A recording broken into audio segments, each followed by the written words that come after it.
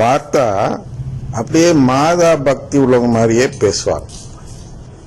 அது எதுக்குன்னு பார்த்தா ஆயர்களை எல்லாம் ஏமாற்றுவது. என்னன்னா, ஜெபம் ஆரம்பிக்கிறதுக்கு தொடக்கத்தில் ஒரு ஆவே மரியா சொல்லுவாங்க, முடியல ஒரு ஆவே மரியா சொல்லுவாங்க, இடையில எல்லாமே பிரேஸ் தி லார்ட் தான் சொல்லுவாங்க. அப்ப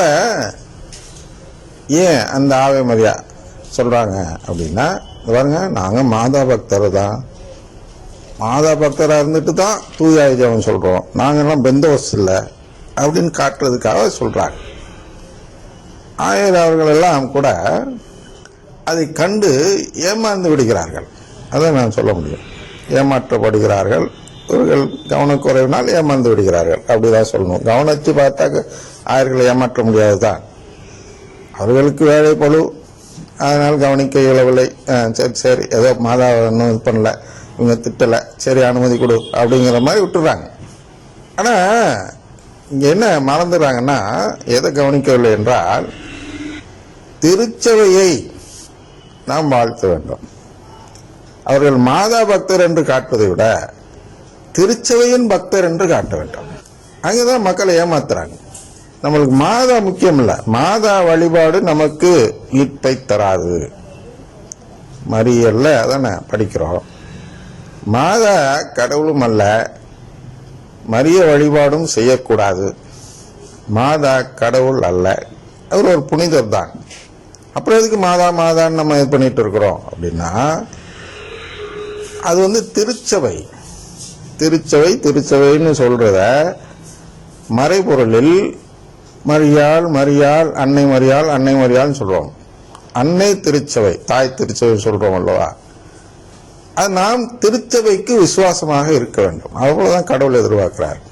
அப்ப மாதாட்ட ஒருத்தர் விசுவாசமா இருந்தா அது தெல்ல தெளிவா என்ன தெரியுதுன்னா, அவர் கடவுளின் குடும்பத்தின் தாய் மீது விசுவாசமாக இருப்பதால் அந்த நபர் கடவுளின் குடும்பத்திற்கு விசுவாசமாக இருக்கிறார் என்று பொருள்படுவதால் மாதாவின் பெயர் சிறப்பிக்கப்படுகிறது.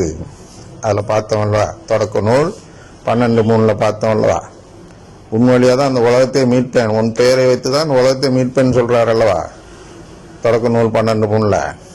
அது இப்படித்தான். இப்படின்னா நம் மாதா பக்தர்களாக இருக்கும்பொழுது அங்கே திருச்சபையின் பக்தர்களாக நாம் இருக்கிறோம், கடவுளின் குடும்பத்தை சேர்ந்தவர்களாக இருக்கிறோம் என்பது வெளிப்படுகிறது. ஆனா இவர்கள் சொல்லக்கூடிய மரிய வாழ்க என்பது திருச்சபையின் பக்தியின் மீது சொல்லப்படும், பக்தியின் காரணமாக சொல்லப்படும் ஆவே மரியா அல்ல.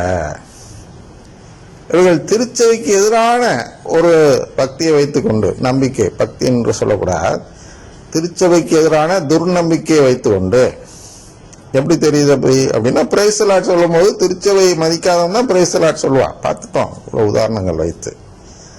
அப்ப நீங்க பிரைஸ் தி லார்டுக்கு தான் முக்கியத்துவம் கொடுத்து ஜெபக்கூட்டம் நடத்தும் பொழுது அங்க திருச்சபைக்கு முக்கியத்துவம் கொடுக்கவில்லை, மக்களை திருச்சபையில் சேர அழைக்கவில்லை. அதனால் இது பயனற்ற செயலாக மாறுகிறது. அன்ஃப்ரூட்ஃபுல் அப்படின்னு ஆங்கிலத்தில் சொல்லப்படுகிறது அல்லவா. ஃப்ரூட்ஃபுல் அப்படின்னு என்ன, திருச்சபைக்கு ஆள் சேர்ந்தால் அது ஃப்ரூட்ஃபுல். திருச்சபைனா கடவுள் குடும்பம் தான், ரெண்டும் பிரிச்சு பார்க்காங்க. அவங்க சொல்ற சபை வேற, நம்ம சொல்ற சபை வேற. மற்ற சபையெல்லாம் திருச்சபைன்னு சொல்லுவாங்க. அது என்னன்னா, அவங்க வச்சிருக்க பெயர், அவங்களுடைய மதத்தின் பெயர், அந்த இயக்கத்தின் பெயர், அந்த அமைப்பின் பெயர். நமக்கு திரு அவை, திருச்சபை இதெல்லாம் என்னன்னா குடும்பம், கடவுள் தலைவராக இருக்கும் குடும்பம். அவங்களுக்கு தான் கடவுள் குடும்பமே இல்லை, அதனால அங்க கடவுள் தலைவர்லாம் இல்லை. எவன் ஆரம்பிச்சானோ அவன் தான் அதுக்கு தலைவன். ஏன்னா கடவுள் அதுக்கு பொறுப்பேற்பதில்லை. அவன் இஷ்டத்துக்கு எதையாவது சொல்லுவான், அது கடவுள் பொறுப்பேற்றுக்கணுமா?